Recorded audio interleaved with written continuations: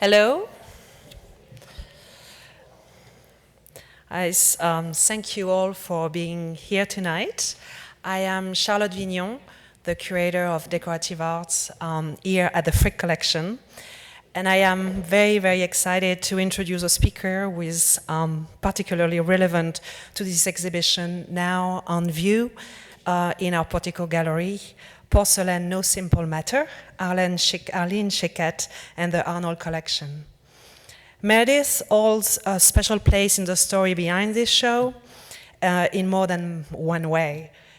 In fact, porcelain really is not a simple matter, and why I was wondering how I could exhibit once again at the Frick Collection the renowned collection of Meissen porcelain assembled by Henry Arnhold, I turned to Meredith for advice.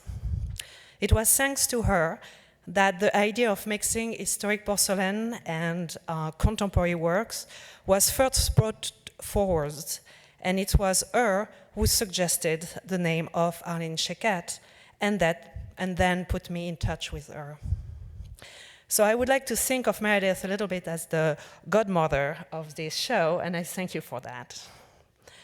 Meredith has also been a long-time friend and a brilliant scholar. Today, she will delight us with a lecture on porcelain rooms, in which examine the concept of this porcelain room from its inception in European 17th century society to its modern day interactions. And in a way, the exhibition right now at the Frick is one of a very good example. Meredith is presently Associate Professor of Art History at New York University and the Institute of Fine Art, after having taught for several years at Wellesley College. A specialist of 18th century art, she has published widely on architecture, material culture, landscape design from this period. In particular, she is the author of Dairy Queens, The Politique of Pastoral Architecture from Catherine de' Medici to Marie Antoinette, which is published by Harvard University Press. That was published in 2011, and this acclaimed book was based on her PhD dissertation, also from Harvard University. Meredith is currently working on several very exciting projects related to the story of the studies of embassies and diplomatic and artistic relations between France, and I would like to say the rest of the world, but I think it's more France and Asia. Please join me in giving a warm welcome to Meredith Martin.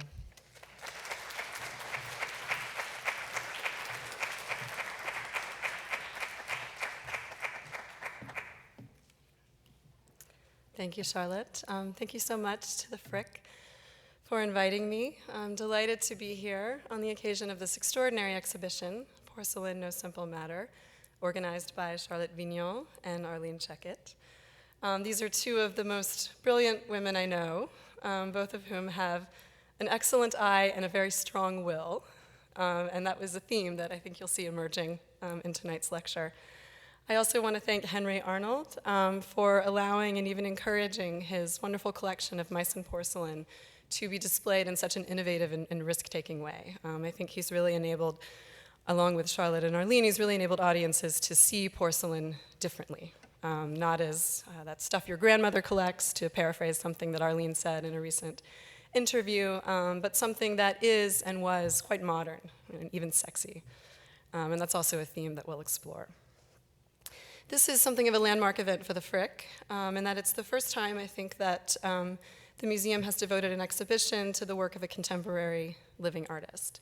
Now, my own work is focused more on the 18th century, but I do have a specific interest in the display of contemporary art in historic settings, as well as in contemporary artists who use historical source material in their work. And this is how I first came to encounter Arlene's body of work, which she produced through a lengthy and very productive residency at the Meissen Porcelain Manufactory in Dresden in, I think, 2012 and 2013.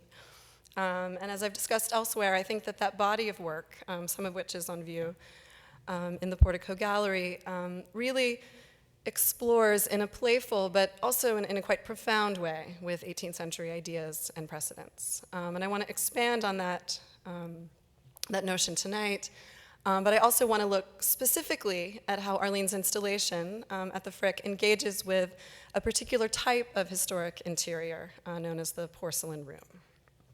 So first of all, what is a porcelain room? These were rooms that were predominantly, though not exclusively, developed in Europe, beginning in the 17th century, and really proliferated during the 18th century. They're defined as rooms that use porcelain as a kind of integrated decorative element, both East Asian porcelain from China and Japan that's exported into Europe increasingly during this time, and also porcelain and other types of ceramics that are produced in European manufactories such as Meissen.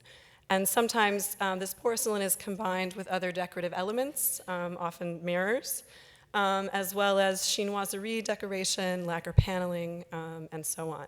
You're looking at the left here on probably one of the most famous porcelain rooms, which is at Charlottenburg, the Palace of Charlottenburg in Berlin. And it's been fairly heavily restored after World War II, that you can see the elements that I've just described in this image.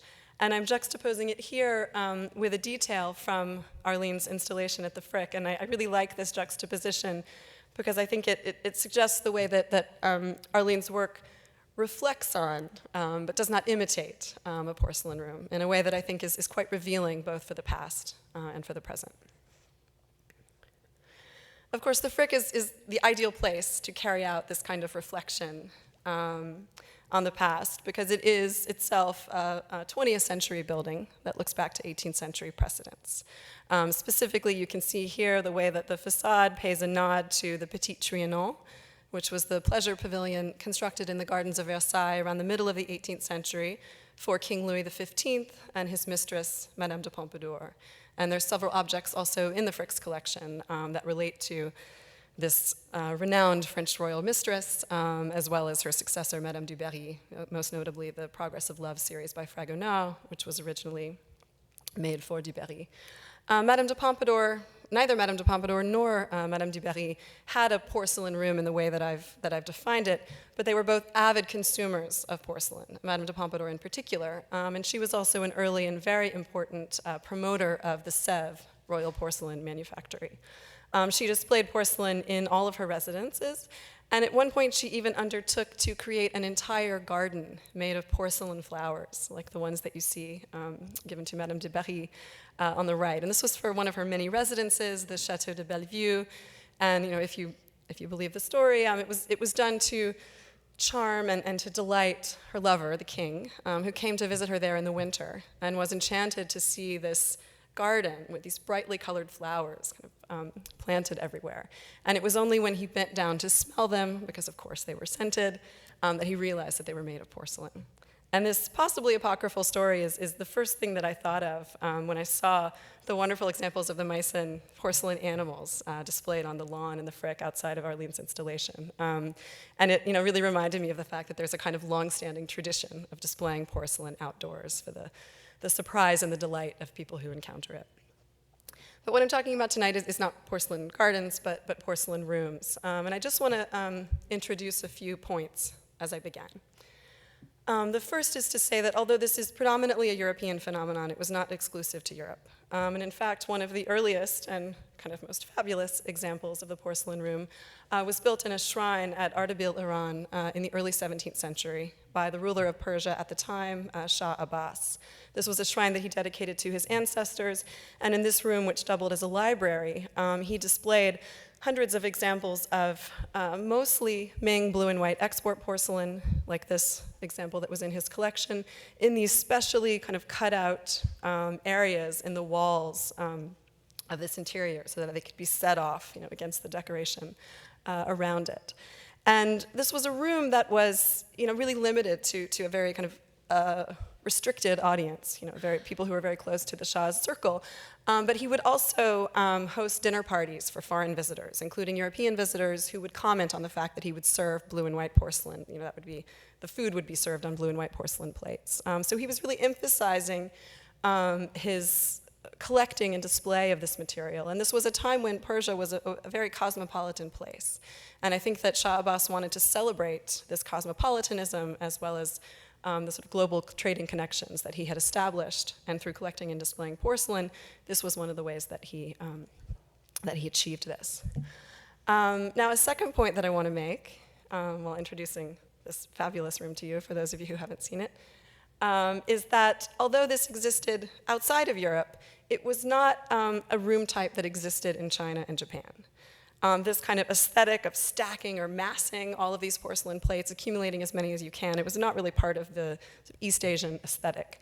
And to that extent, I think what it represents is more a kind of European or a sort of foreigner's fantasy of Oriental opulence and excess, more than any kind of accurate reflection of a mode that porcelain was displayed in China and Japan.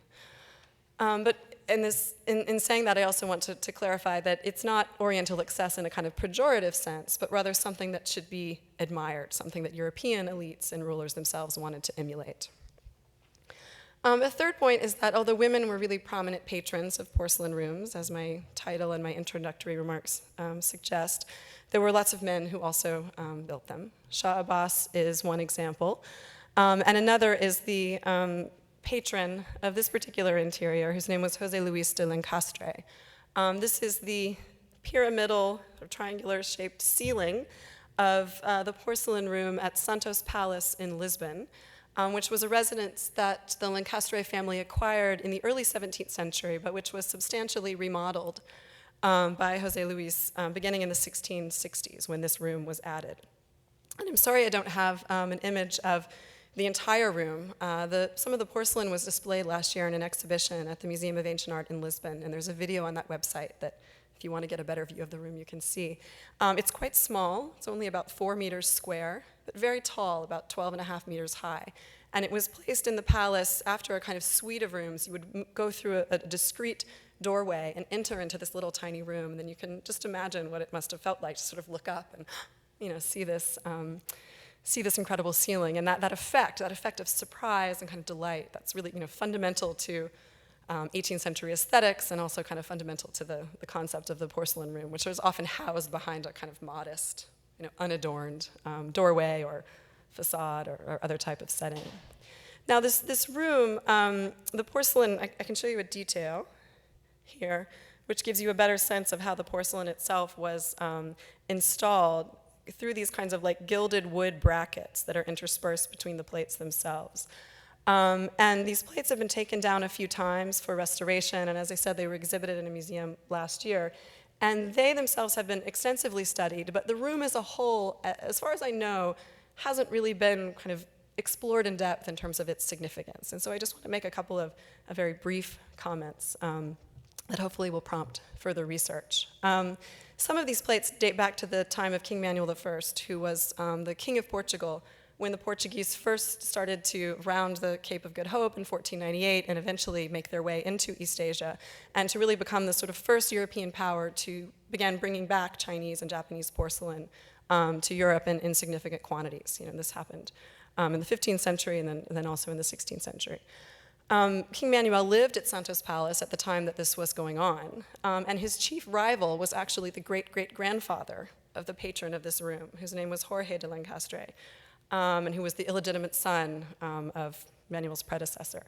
And Jorge, I'm like on a first-name basis with him, Jorge de Lencastre was the sort of leader of this rival faction that really promoted international trade, and especially Asia trade, not so much for religious or kind of messianic reasons, as Manuel himself did, but for pragmatic commercial ones. And he also owned the island of Madeira, which was a really important kind of trading hub for the Portuguese in this period.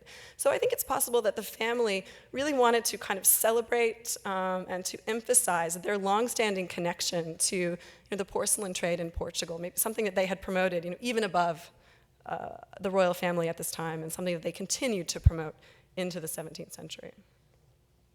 One more point that I wanted to make about this room is that if you go back here, you can see there's a kind of, well, you can't really see it so much from this image, but there's a little sort of pendentive that's hanging down that looks kind of like a stalactite. And there's an 18th century, a blue and white jar that's kind of embedded within this structure. And this is this kind of gilded wood, some of which is flaked off, but it really looks like a sort of grotto, like a garden grotto or a cave or something like that. And it reminds me of this, also a kind of long-standing association between porcelain rooms and garden grottos. There are a few examples where porcelain rooms are constructed in grottos, and there was also apparently a tradition at this time in Portugal when you'd have a royal dinner guest come to your home, and you would serve him or her on porcelain. After the banquet was over, you would smash the plates as a gesture of respect, and then use it to create grottos in your residence. And I think this is one wonderful way in which Arlene's installation really plays with this notion of the relationship, the kind of transparent relationship or intimate relationship between porcelain rooms, gardens, nature, and so on. I will talk a little bit more about that in a moment. Now I'm going to focus, as I said, on European porcelain rooms, but just to give one more example from outside of Europe. This is a kind of wonderful 19th century photograph that shows the interior of an 18th century merchant mansion in Kenya on the Swahili coast. And my good friend and colleague Prita Meyer has written a book about cultures of consumption in the Swahili coast in the early modern period. And she talks about the way in which the display of porcelain for these 18th century merchants was really meant to celebrate their own global trading connections, cosmopolitanism, and sort of the ways in which this had brought prosperity to this coastal area. Now the porcelain plates themselves, the ones that you see in the photograph, might have been added later, but certainly they were displaying sort of vast, accumulating and displaying porcelain throughout this time period, and there's an interesting kind of formal relationship with the Santos Palace, although the porcelain here has been actually nailed to the wall, not set aside in brackets, so I'm sure some plates must have broken during that installation. In Europe, it wasn't really, interestingly, the Santos Palace example is kind of a one-off, in the sense that the porcelain room really originated and developed not in Portugal, but in the Netherlands during the 17th century.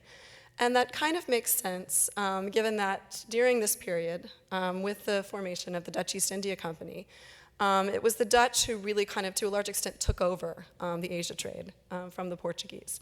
And we could credit the invention of the porcelain room and its kind of spread across Europe to a woman, Amalia von Solms, who's depicted in this family portrait, and who was the wife of the stadholder, or governor, of the Netherlands. You can see him on the left, Frederick Henry, as well as three of their children.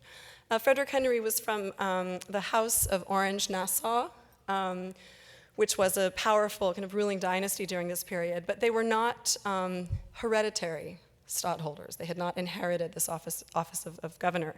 And so they were attempting kind of constantly to legitimate their rule, as well as to consolidate, to express their power, to compete with European monarchs. And they did this in part through commissioning great works of art and architecture, as well as building up their collections. Now, they did a lot of this work together, but Amalia exclusively collected porcelain. And so we can, kind of credit her, although it's sometimes very difficult to figure out, who's responsible for what. In this case, porcelain only shows up in rooms that she was responsible for.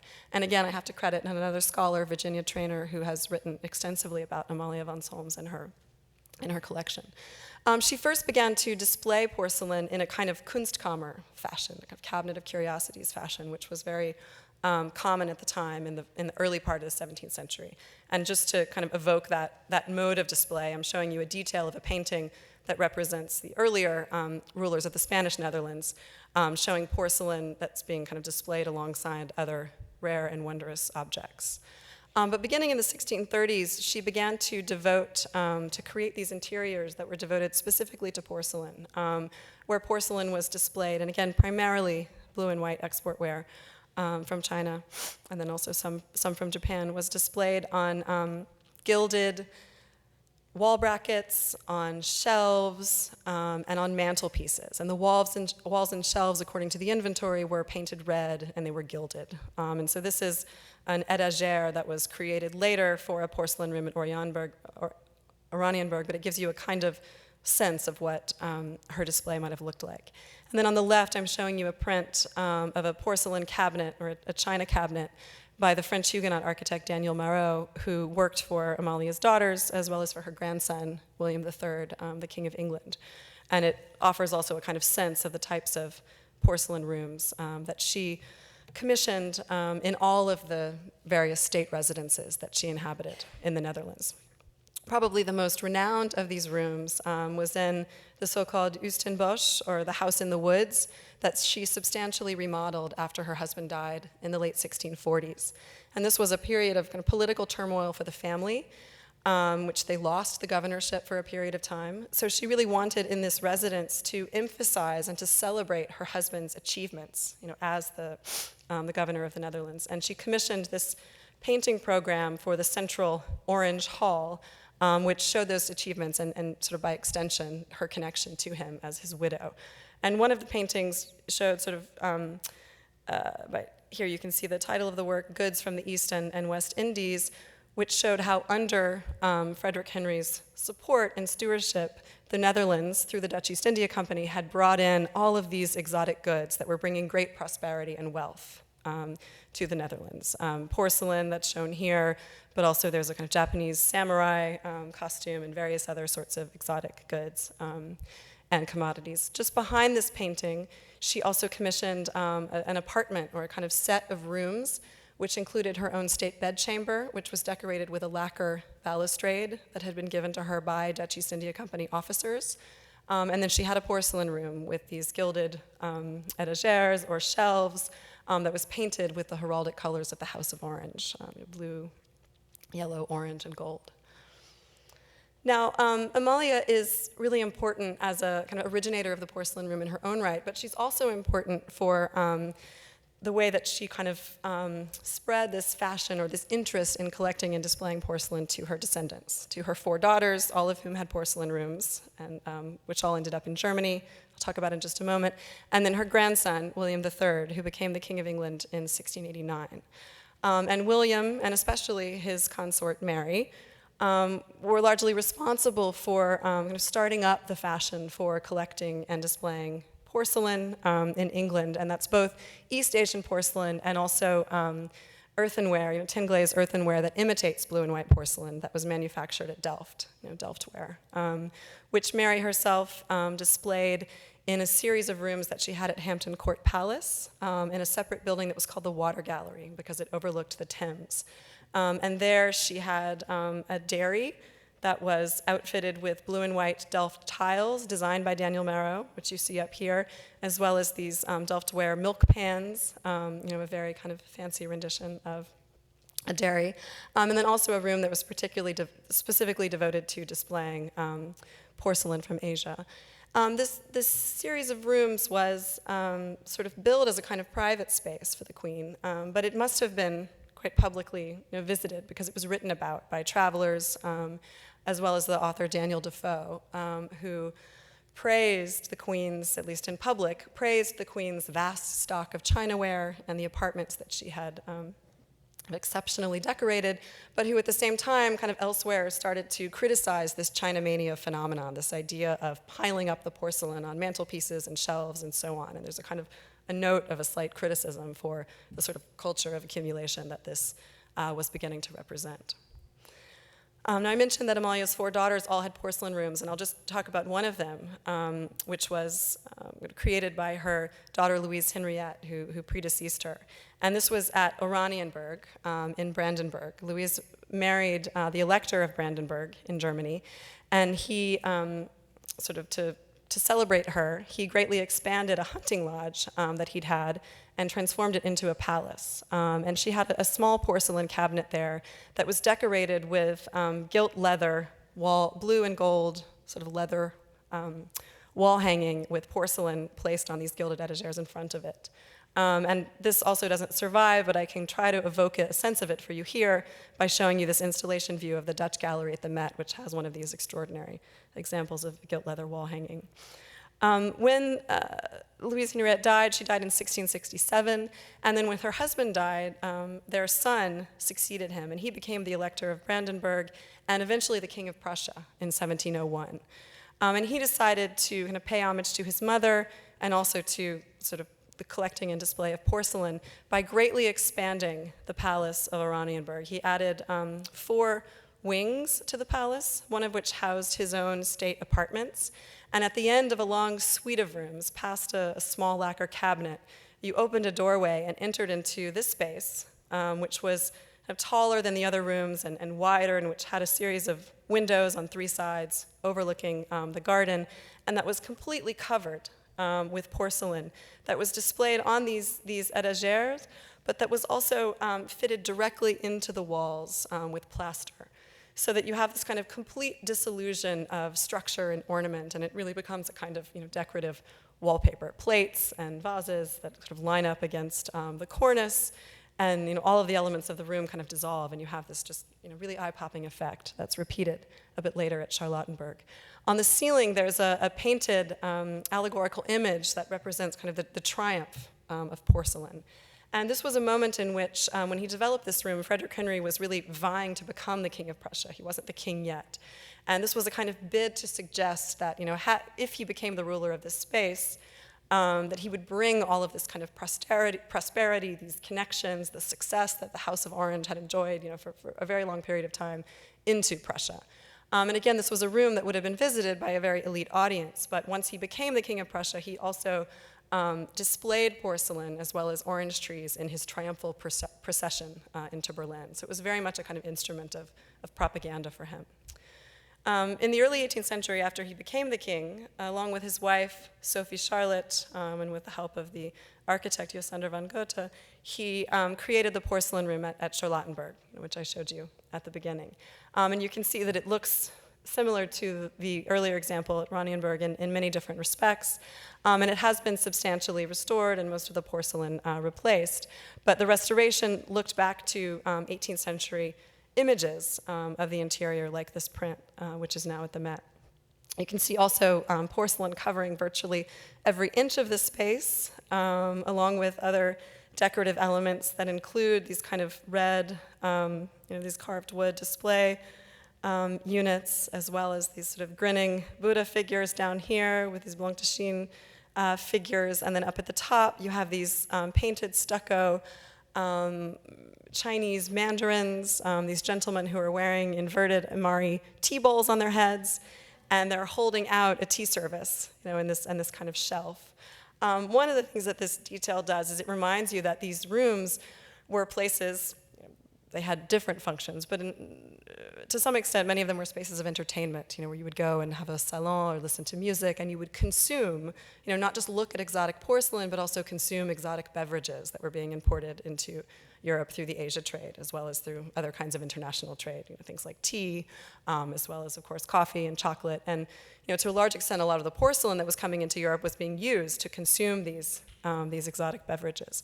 But another thing that I think this detail really reminds us is the way that these interiors were not just meant to be seen, but really kind of felt, the way that they were intended to sort of mobilize and to engage all of the senses. Sight, but also kind of the effect, or at least the imaginary sense of touch, the way that these decorative elements kind of push past their confines and sort of move into your space. Smell, you think about the exotic beverages being consumed, and taste as well. And I think they also really mobilize a specific kind of 18th century conceit, which is expressed in interiors as well as artworks and many different examples of literature in the 18th century, which is this kind of fanciful imagining of an inanimate object coming to life and taking on human characteristics. And this is very much part of a sort of Enlightenment philosophical debate about the self, sort of about the boundary between objects and subjects. It's about a kind of new economic culture in which luxury commodities threaten to kind of overwhelm oneself. And I'm not going to go too much into the philosophy behind it here, but I'll just say that there's lots of examples of this in 18th century literature. And one of them is a wonderful libertine novella published in France around 1740 by Crébillon Fils. It's called Le Sofa. And it's the story of a sofa that comes to life and starts to tell people of its sitter's sexual exploits. Sexual exploits, in case I think someone just dropped something. Another example, which actually specifically uses porcelain, is a ballet pantomime written by the Comte de Caylus called Le Ballet de Porcelain, which is a kind of mini short theatrical production in which dancers appear initially on stage flanking a large porcelain teapot made of, I guess, paper mache or something. And they're very elaborately dressed, and they start spinning around, and all of a sudden they magically transform into porcelain teapots themselves. So you have this whole notion of things kind of coming to life and really engaging you in a quite visceral way. And this is something that porcelain rooms attempt to mobilize, but I think it's also something that's a really strong characteristic of Arlene's work, particularly in her installation. And I'll come back to this point at the end when I say a bit about the Frick installation. But I also noticed this in an exhibition that she had in 2014 at the RISD Museum in Providence, in which she had 2 rooms that were devoted to the juxtaposition of her Meissen body of work along with Meissen sculptures from the museum's collection. And I think you can see in the way that she's posed both her own pieces and the 18th century pieces that there's a sense in which they're kind of having an animated conversation with one another, one that might continue if you leave the room.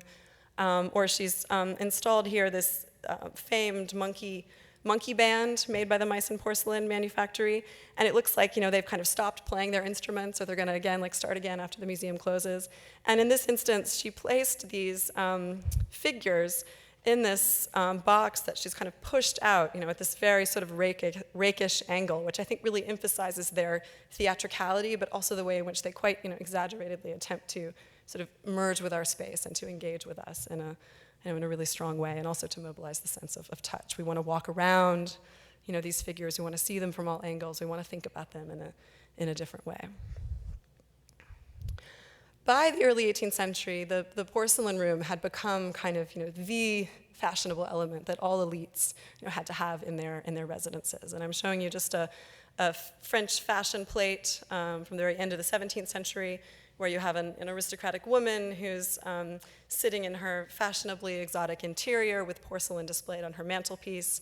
And then on the left, this is a print from an architectural treatise by the German architect Paul Decker, in which he explains how a prince might create a porcelain cabinet in his residence. And he stipulates that the shelves, of course, should be gilded, and that they should ideally be set off against black ebony backgrounds so that they could really kind of come out into relief. And that also chinoiserie elements should be displayed, specifically lacquer panels, if that was possible. So it's really giving instruction for people who want to emulate this fashion. And there are just so many examples. People really took up this call. And there's so many wonderful examples of 18th century porcelain rooms. And we could sit here for the next 5 days, which I know no one wants to do. Maybe you do. I would do it. To look and talk about all these different examples. But I'm just going to focus on a few kind of choice ones before moving more into more recent times. But just to show you, this is one example at Palmersfelden in Germany, Rundale Palace in Latvia, and the Chinese cabinet at Schönbrunn, created by Marie Antoinette's mother, Maria Theresa. And there are just many other kind of wonderful examples, but these will have to suffice. What I want to do is talk about one very important porcelain patron who really kind of took the idea of the porcelain room to an entirely new level, creating an entire sort of porcelain palace filled with many, many different examples of porcelain rooms. And that's Augustus the Strong, the ruler of Saxony, creator of the major patron of the Meissen factory, as well as the King of Poland, who was so crazy about porcelain that at one point he traded 600 of his soldiers to Frederick, the King of Prussia, in exchange for some 150 large Ming vases. And those soldiers back in Prussia became known as the Porcelain Regiment. So he was really fanatical about East Asian porcelain, and he was also really obsessed with the idea of trying to reproduce it successfully in Europe. And he ultimately achieved this with creation of the Meissen manufactory, which in 1710 became the first European manufacturers of true or hard-paste porcelain. And this was something that he really wanted to celebrate in all of his residences, but especially in this palace, which was substantially remodeled around 1730 and renamed the Japanese Palace, and which was intended to be used for the display of his Asian collection as well as his Meissen collection. Now you can see the sort of nod to Asia in the exterior of the architecture. On the pediment in front of the entrance, there's a kind of figure of Saxony who's being given examples of both Asian and Meissen porcelain. When you go inside, you pass through an interior courtyard where you have these kinds of playful Asian herm figures lining this courtyard, and then you entered into a succession of galleries, none of which really exist today, so you have to kind of reconstruct them from drawings, but which were used to really stack up and mass and display in very kind of artful arrangements and sort of different color distinctions and innovative formal schemes, these different rooms which displayed East Asian porcelain on the ground floor and then Meissen porcelain on the first floor, the European first floor. And it's been suggested by a number of scholars that this was really Augustus the Strong's attempt to kind of compete with Asian rulers who had themselves, sponsored the creation of porcelain for centuries, and also to suggest that Meissen porcelain was really kind of was triumphing over and above East Asian porcelain, that it had kind of superseded it in some way. And that's an idea that's suggested in one of the ceiling paintings in the residence, and perhaps also by the kind of hierarchical display of the Meissen porcelain on the top. Now, we have to kind of, again, sort of use our imagination to reconstruct what these might have looked like. But in some sense, the installation at the Frick helps us out because it's envisioned. I mentioned that Augustus separated his display of porcelain using different colors, blue and white, yellow, green, and so on. And this inspired, at least to some extent, the installation at the Frick. And so you can see that followed here. And it's also the case that some of the objects in the Arnhold Collection were actually intended for the Japanese palace, including these wonderful Meissen bird cages that you see here. When I was looking online for sort of reconstructions of the rooms of the Japanese palace, I also came across this photo, which is a kind of wonderful homage to it back in Asia, specifically in Japan. Apparently the Kyo Palace Hotel in 2014 created a kind of fanciful recreation of the Japanese palace for a small exhibition that they did in their lobby called Antique Amari Porcelain Beloved in Europe. So the porcelain room is now actually coming back into Asia, which I think is really interesting. What a sort of achievement of Meissen was one that was really envied by rulers kind of across Europe, and one that they just sort of desperately wanted to emulate, to try to divine or even steal the formula for creating true or hard-paste porcelain. And there were a number of state manufactories that sprung up in the wake of Meissen, some of which started producing hard-paste porcelain quite early, in Vienna, for example, and others who produced for a long time a soft paste variant, which itself became quite valued. Early examples of Sèvres, up until 1768, were made in soft paste. And an Italian example, the porcelain manufactory at Capodimonte in Naples, also created a very sort of beautiful example of soft paste porcelain. Now, this manufactory was sponsored by the king of Naples and Sicily, Charles, who was the son of the king of Spain and who moved to Naples after Spain conquered the territory during the 1730s. Very soon he set out to kind of represent himself as this enlightened monarch, this enlightened ruler, and he sponsored all of these different projects of architectural and urban reform, in addition to creating these kind of wonderful palaces, one of which was at Portici, which is where this porcelain room was originally created. And it may seem strange to us today, because I don't know that we automatically associate porcelain with modernity or with enlightenment, but the idea of having a kind of successful, state porcelain manufactory, that's something that, an enlightened monarch would do. Porcelain, again, maybe this is hard for us to imagine, but it took such sheer technical kind of skill and sophistication to be able to produce it, kind of technical know-how, that, to look at it was to sort of understand that this skill was being sort of properly shepherded by the ruler who was sponsoring these manufactories. Also, it was quite good for the economy because you no longer had to spend all that money importing porcelain from Asia. You could make it at home. You could also present it as diplomatic gifts. You could create new markets for it throughout Europe. That it really kind of was a sort of signature, along with other sorts of state manufactories. It suggested a kind of careful management of resources and a real sort of, enlightened beneficence. So once Charles created this porcelain manufactory, he decided, using his chief modeler, Giuseppe Gricci, to create this fantastic porcelain room at his royal palace, which, as you can see, represents a kind of decorative departure from some of the earlier examples we've looked at. Rather than plates or vases being installed on the walls, what you have here is more than 3,000 interlocking pieces of porcelain that create this kind of intricate web across the walls of the room and create these sort of fanciful garlands, flowers, fruit, exotic birds that are all brightly painted and set off against the sort of gleaming white walls. It's really this sort of tour de force, and it very much responds to a kind of 18th century conceit of playing with materials and sort of violating the whole dictum of truth to materials.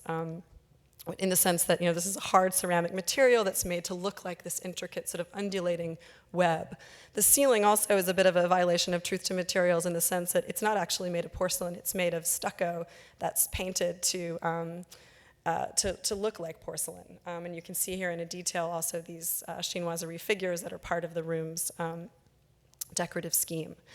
Charles moved back to Spain in 1759 when he became the king there, and he very immediately kind of continued this project of Enlightenment reform and also founded a porcelain manufactory there. And he brought his favorite modeler, Gricci, with him, and he fairly soon after created another wonderful porcelain room at Aranjuez, at his royal palace outside of Madrid. Now, my friend and colleague Tara Zanardi, who's here in the audience, is writing a book about this porcelain room, so I've learned a lot about it from her.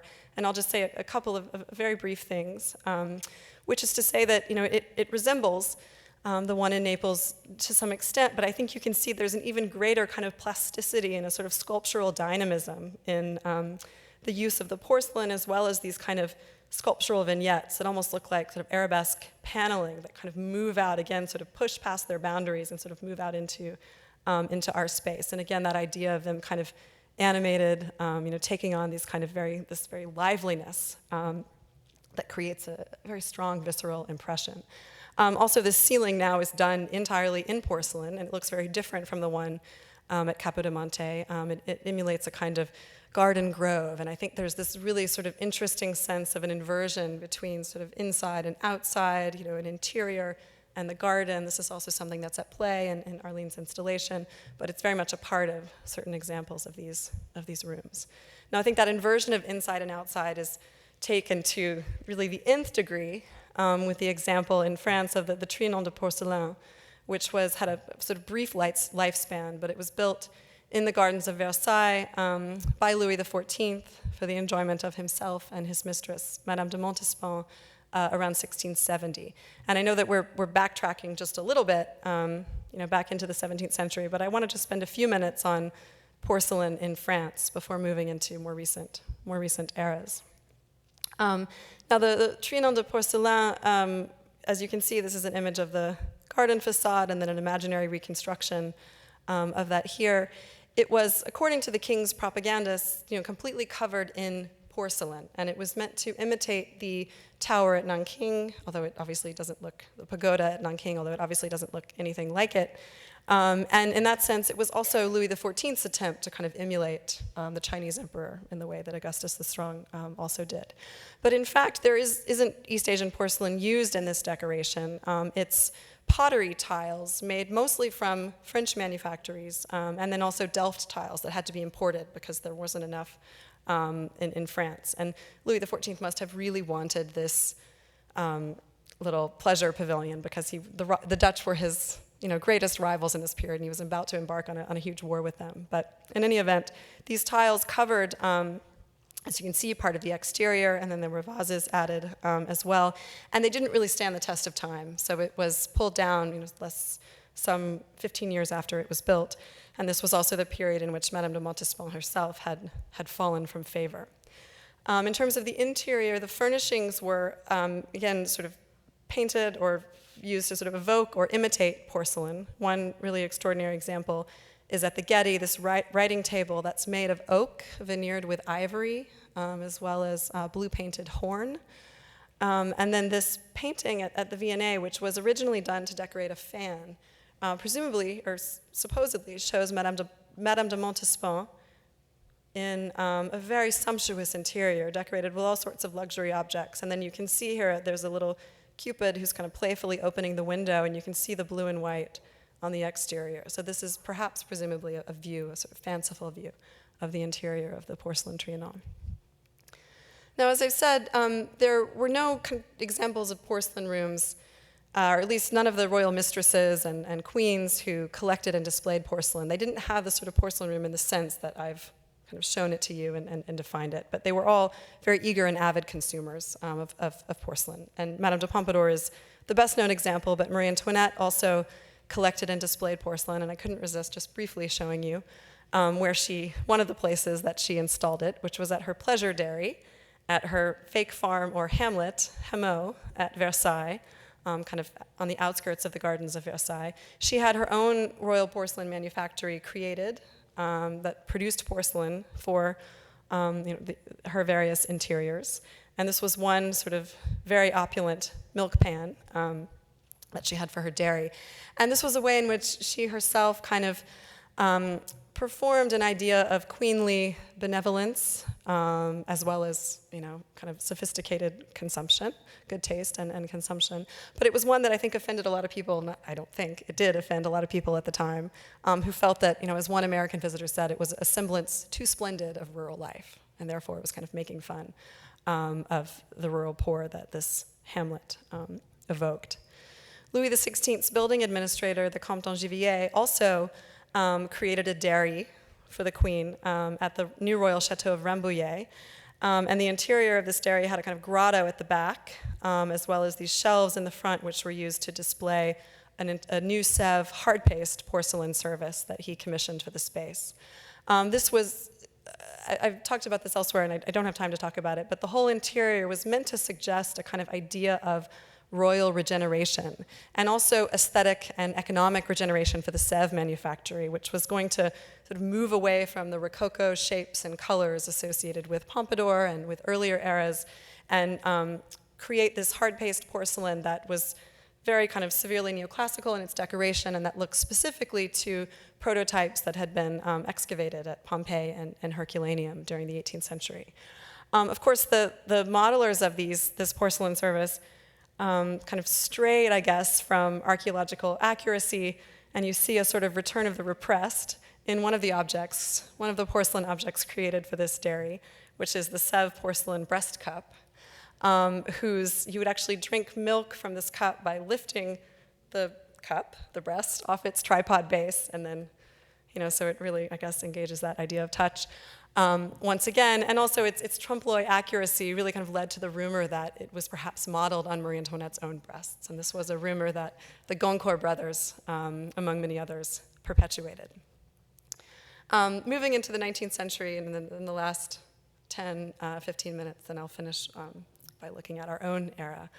The Goncourt brothers were not the only ones who were kind of obsessed with the Ancien Regime, the 18th century, and with porcelain rooms. I guess the most famous obsessive in that respect was King Ludwig of Bavaria, who styled himself as Louis XIV in this portrait and elsewhere, and who went so far as to construct a replica of Versailles on an island in Bavaria, the Chateau of Herrenchiemsee, where he had a full-scale model of the Hall of Mirrors, which still survives today, as well as the ambassador's staircase and other rooms.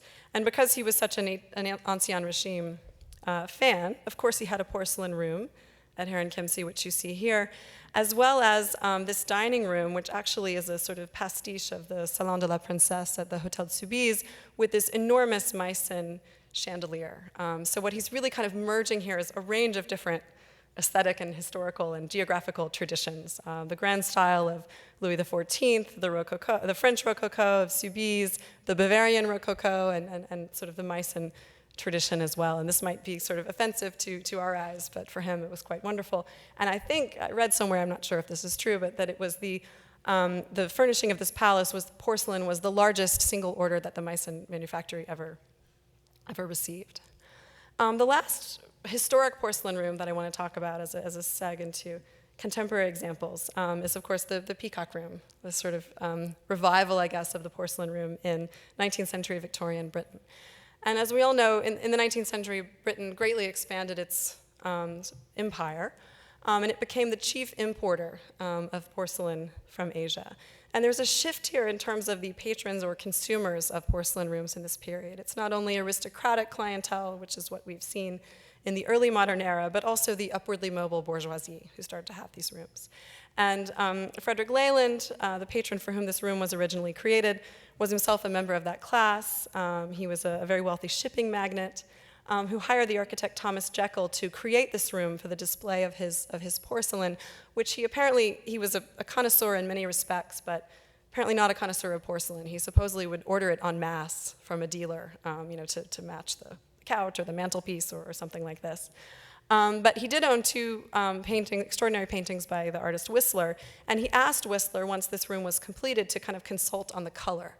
Whistler took one look at it and went nuts, and while Leyland was away for an extended period, he completely reimagined the space and painted it in colors, green, blues, gold, as well as these images of birds around it, which gives the room its name. And he charged Leyland a really exorbitant price for this room, and Leyland, who'd not asked for it at all, offered him only half of the sum, which really enraged Whistler. And he decided, in addition to adding these two battling peacocks in the room, which represent himself and Leyland, he criticized his former patron in the press. Now, this room was eventually acquired by the American industrialist Charles Lang Freer, who's a contemporary of Henry Clay Frick's. And it was kind of reinstalled in his house in Detroit before it ended up in the museum that bears his name in DC. And it's now currently being restored. So when you go to the Freer, what you see instead is a recent project by the American artist Aaron Waterston called Filthy Lucre, which was an installation originally created for Mass MoCA, but which is now in the Freer.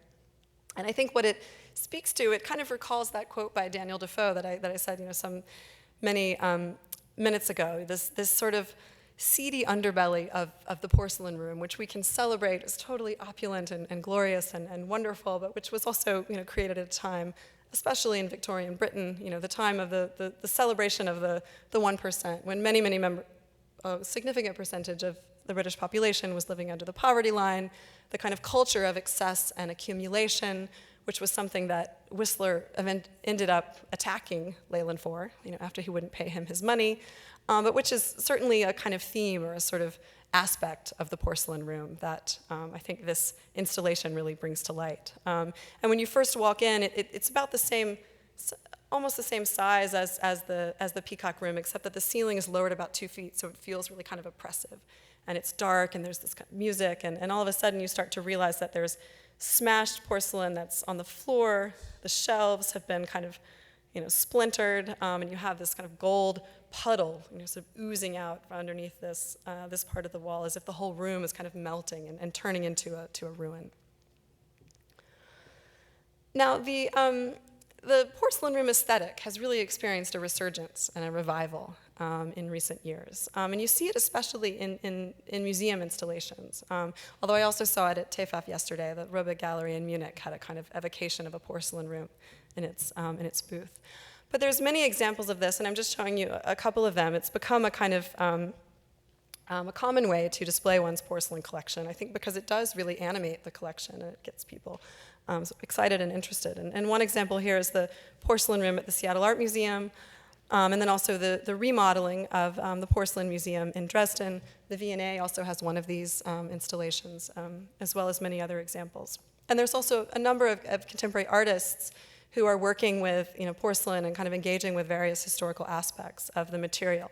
But what I want to really look at, again, is sort of artists who are thinking about porcelain rooms. And I just want to show very briefly the work of one other artist before spending the last few minutes on Arlene's installation.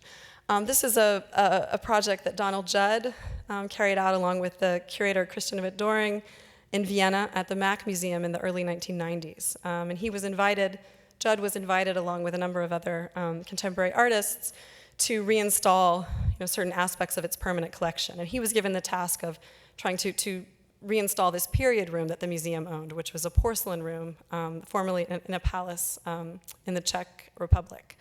Now, Donald Judd is maybe not the first person you would think of, or the first artist you would think of in relation to a porcelain room. And he himself, I think, was made quite uncomfortable by it, at least as he said in an artist statement. It made him feel kind of uneasy. He didn't like the fact that he was supposed to install this room in this kind of large white gallery space. He felt that it was really artificial, and he said even a bit devious to do this. And so I think he came up with a kind of ingenious solution, which is, first of all, to preserve the scale and the intimacy of the room by isolating it from the rest of the gallery space, putting it in this kind of white box, but at the same time to really kind of underscore the incongruity of putting an 18th century porcelain room, which is itself mediated a kind of reconstruction, into this white box, and to really sort of emphasize that, and to a sense to kind of lay bare or to expose something that otherwise might appear to be quite sort of seamless or hidden. Now, Arlene's installation is not, it's not in a kind of period room per se, unless you think of the whole Frick as a sort of historic interior, which of course it is, but the Portico Gallery was added relatively recently. And it's not so much that she's trying to create a period room, not at all. And I don't even think that she's deliberately trying to create a porcelain room, but it does remind me in a way of this type of interior. And I think for me, there's almost kind of two porcelain rooms. There's this kind of longer gallery here, which looks back to the Japanese palace and other sort of more public galleries for the arrangement and display, and then this kind of smaller, more intimate rotunda space where the installation is somewhat different, that I'll show you in just a moment. But I also like using kind of Donald Judd or his project as a seg to talking about Arlene's work. And I just want to show you a couple of individual objects before I close with the installation as a whole. Because I think her work is also about sort of bringing to the surface hidden aspects of a historic object. And when she had this residency in Meissen a few years ago, she was fascinated by the industrial plaster molds that the factory uses and has used for more than 300 years to make its porcelain. And these molds became sort of the basis for her work, which she adapted, and she produced these objects out of them, which don't look like 18th century examples of porcelain, but I think, again, conceptually resonate with them in a number of ways. Sometimes in her installations, which is a hugely important aspect of her work, she juxtaposes the product, the bowl that would have been created out of this mold, from her own sculpture.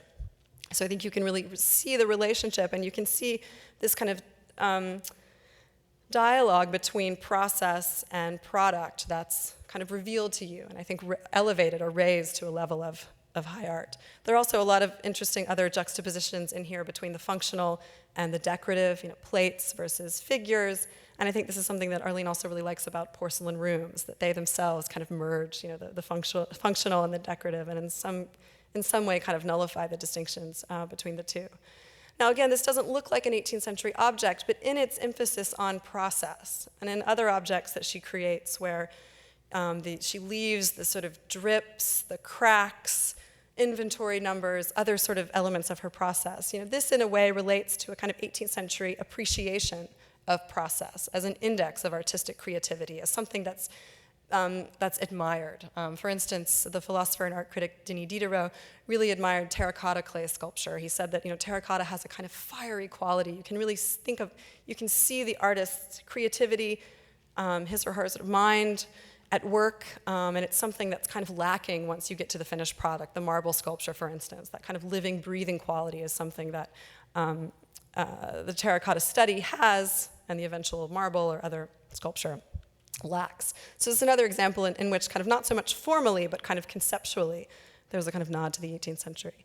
Here again, also in the installation, these figures really come alive. They're turned around, you can see them from the back, and we come alive too, because we're animated quite, physically, sort of asked to walk around, to look at them. And we have this kind of privileged view of these objects that you don't normally get when you go into a porcelain gallery and everything's displayed frontally. This is kind of the collector's view or the curator's view. And it really also, I think, kind of engages your sense of touch, as well as gives you this sense of these objects coming to life and having a kind of animated conversation with each other. Or in this case, they're sort of pointedly ignoring each other. And this is true of figures, but also of objects like these cups that are turned upside down. It looks like they're kind of taking a nap or something. And they have this sort of anthropomorphic quality, while at the same time really showing you, this privileged view of something that you would never otherwise see, that's being presented to you as a gift. And I think I love in particular this object, and I hope you'll all have a chance to go and see this, as soon as the end of my lecture, which is concluding in just a couple of minutes, to go and see this installation for yourself. But this is one of my favorite objects in terms of the way that it's installed on the wall. and it looks like a sort of ornamental medallion that has sprouted legs. It's about to kind of walk out of the room, and it looks, so modern, but at the same time, it reminds me of these 18th century Rococo ornament prints where you have these candelabra, these sconces that themselves seem to be like sprouting legs and looking like they're going to kind of take off at any moment. And I think that the shadow that this object casts, really amplifies that sort of lively effect. And then finally, I really love the way that this conceit of surprise is sort of played with, and that Arlene plays with this conceit in her installation. Again, going back to the Santos Palace, imagining what it's like to walk into that room and to look up, in a much more subtle, kind of equally playful way, to be in this installation and look up and see these two little mice and birds perched on the sort of element here separating the gallery from the rotunda at the end. When I first walked into the rotunda, I was immediately reminded of the Santos Palace installation by this sort of smaller and subtler massing of plates, which I think she herself is likened to floral bouquets. So they kind of create this analogy again with the garden outside, but that also look very much like this display in terms of the groupings of different shapes, different colors, and so on, and even including one of her own plates. Although I think by the time you get to this room, if you've really kind of paid attention and looked closely, you almost can't see for a moment, which is hers and which is the Meissen example. They both become so kind of wonderfully new and fresh and modern. And then finally, there's a nod to the past in this gold-mirrored sort of panel here, which is placed opposite the doorway leading out to the lawn. And of course, this is a kind of witty homage to the nickname that porcelain had in the 18th century, white gold, because Europeans were trying so desperately to produce it. But it also reminds us of the fact that mirrors were often displayed in porcelain rooms, again, as a way to kind of make it look like you had more than you really did. But it also reflects light, it reflects the gardens, and it kind of reflects this installation itself. And again, that's sort of why I started with this slide and why I want to end with it, which is to say that I think this is a room that has a very deep and kind of profound knowledge of the past, but also a real awareness of the ways in which the past is ultimately kind of fundamentally inaccessible to us, that it's always sort of mediated. It's always something that we sort of reach through a variety of different filters, like a reflection on water, and it's really something that is as much about our own interests and concerns as it is about its own history itself. So I thank you for that, and I hope you'll all go join me in looking at this extraordinary exhibition. Thank you very much.